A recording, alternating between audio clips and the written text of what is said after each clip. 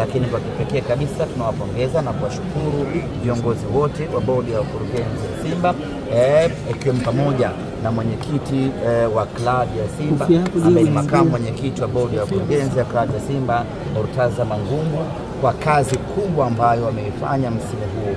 Hawajalala, hawajapumzika, wamevuja jasho kuhakikisha kwamba Simba tunafikia malengo haya. Sisi tuna kila sababu ya kujivunia kwa sababu hii ni hatua ambayo tumeisubiri kwa muda mrefu, ni hatua ambayo tumeipigania kwa muda mrefu, na hatimaye Simba amefika hatua ya fainali. Tunachoweza kusema ya kwamba kazi tumeimaliza, lakini hatujaikamilisha. Kukamilika kwa kazi hii ni Simba kuchukua ubingwa huu wa CAF Confederation mwaka 2025. Na hili niwaambie ndugu zangu wana Simba, hili linawezekana sana.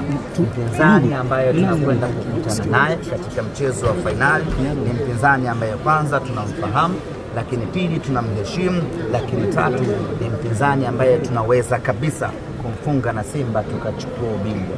Kuanzia hivi sasa niwaambie wana Simba, turudi tena mapangoni, turudi tena machimboni, tuanze maandalizi ya kwenda kumfunga Berkane Nyama tuchukue ubingwa. Niseme tu ya kwamba Simba hatuko tayari kwa namna yeyote ile ubingwa wa kombe la Afrika ukachukuliwa ndani ya ardhi yetu, ukachukuliwa mbele ya watu wetu watakaokuja Benjamin Mkapa. Hilo haliko tayari, hatuko tayari hata kidogo.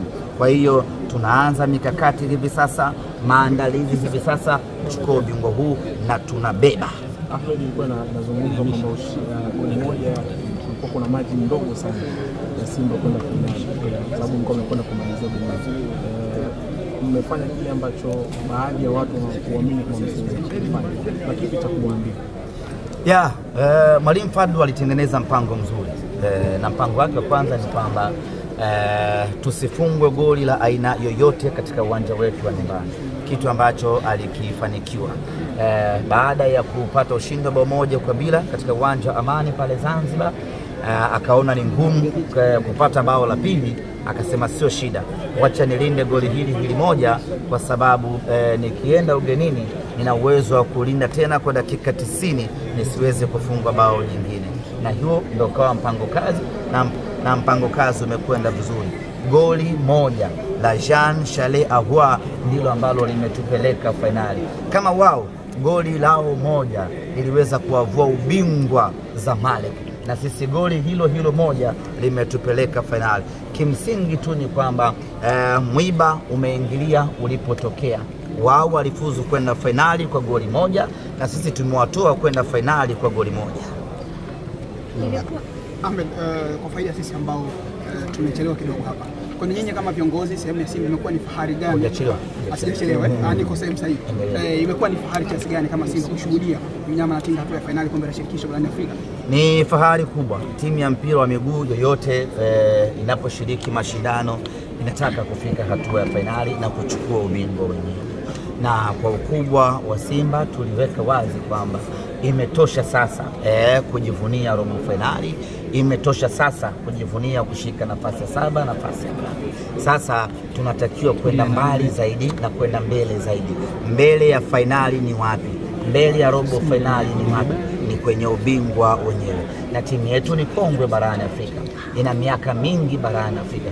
Kwa nini tuendelee kuishia njiani? Kwa nini tuendelee kukwama? Kwa hiyo kama viongozi tunaona fahari kubwa kuona ya kwamba tumetimiza moja kati ya malengo yetu ya kucheza fainali. Na ndio maana nimesema ya kwamba kazi tumeimaliza, lakini hatujaikamilisha. Kuikamilisha kazi hii ya 2025 ni kuchukua ubingwa wa Afrika. Mzani ni balance sasa. Mzani gani? Vile ambavyo mlikuwa mnaambiwa kwamba ili kufikia level yao kwenye kombe la shirikisho na mimi nitakuwa kuingia fainali na mpate medali. Na miaka yote tunapoizungumzia fainali, wana Simba tulikuwa tunaweka wazi ya kwamba tunataka kuifikia rekodi yetu ya mwaka 93. Sisi ndio tumesimamia hapa. Na hii kwetu sisi inakuwa ni fainali ya pili ya michuano ya CAF. Kwa hiyo mzani tulio balance ni mzani wetu sisi wenyewe wa mwaka 93.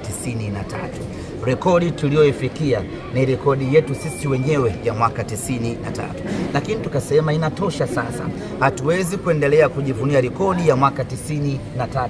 Wengi wenu mlikuwa hamjazaliwa na ndio maana hamtuelewi.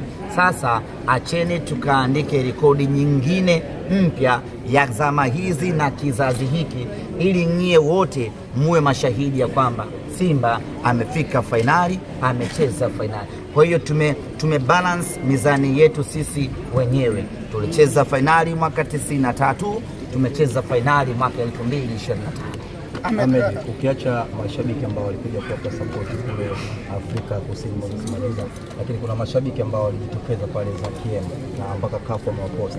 Zungumza nao, nini kauli yako? Tumeendelea kuwa na mvuto mkubwa sana kwenye mpira wa miguu barani Afrika. Tumekuwa na matukio ambayo yanavutia ya ndani na nje ya uwanja. Hata ukiangalia jana pale katika uwanja wa Moses Mabida, sisi Simba tulikuwa wengi zaidi kuliko wapinzani wetu.